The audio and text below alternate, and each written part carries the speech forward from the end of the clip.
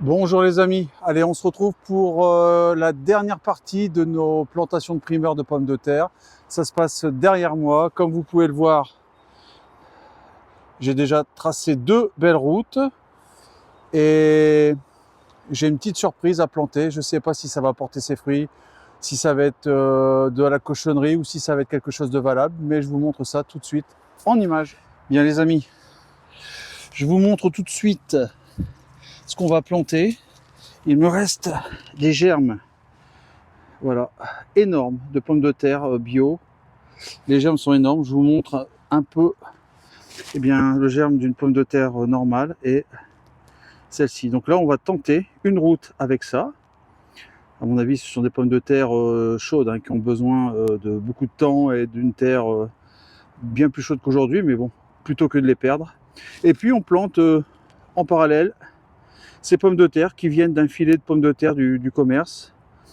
Certaines sont devenues vertes, d'autres ont germé. Et je me dis que, pour fermer la porte de la serre, définitivement, on va utiliser ces pommes de terre. Ce serait trop bête de les gâcher. Allez, on fait ça. Hop. Donc, on va planter tous ces germes de pommes de terre. Hop. On va les mettre en profondeur. Je ne sais pas ce que ça va donner, mais regardez, là il y en a trois. Donc plutôt que de perdre, on essaie. Voilà. Tac. Donc, on va en mettre plusieurs, évidemment. Hop. Je ne m'attends pas à grand chose, mais bon, sait-on jamais.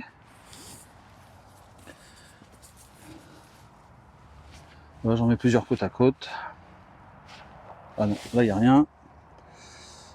Hop, regardez ça, c'est énorme.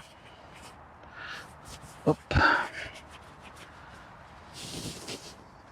Donc on m'avait prévenu, ces pommes de terre là, si vous les avez pas mangées en décembre, c'est foutu. Elles germent à fond de cale. Voilà, donc ça j'ai été prévenu. Alors pourquoi pas tenter cette aventure. Voilà. Hop, on continue.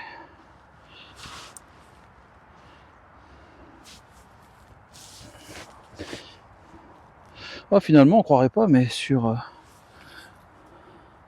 tout le paquet, ça fait du monde.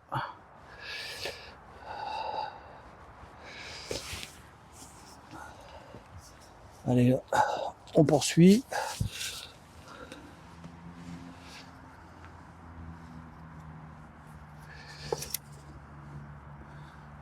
Hop. Hop.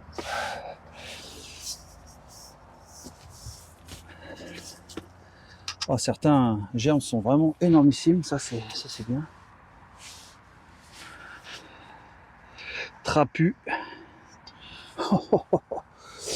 Magnifique. Voilà, et puis on va mettre maintenant ces pommes de terre de consommation classique. Donc celle-là est verte. Hop. Voilà, tous les 20 cm, on en met une. On n'a rien à perdre. Hop, et hop, et hop. Et puis, hop, voilà. Il n'y a plus qu'à reboucher les amis.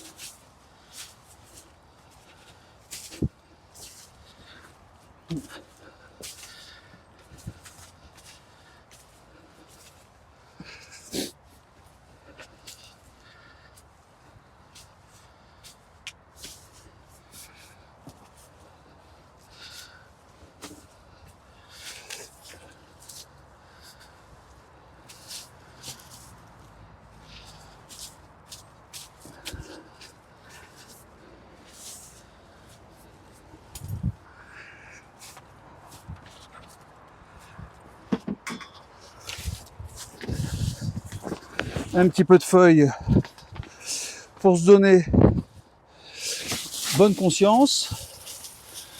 Je vous mettrai un petit peu d'engrais tout à l'heure, un petit peu de fumier par-dessus.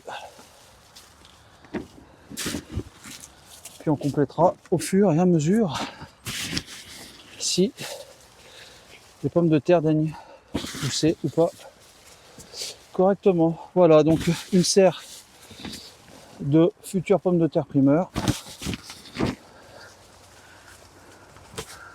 On va bien se régaler. Bien maintenant, malgré l'autoroute et tous ces bruits, j'entends les oiseaux.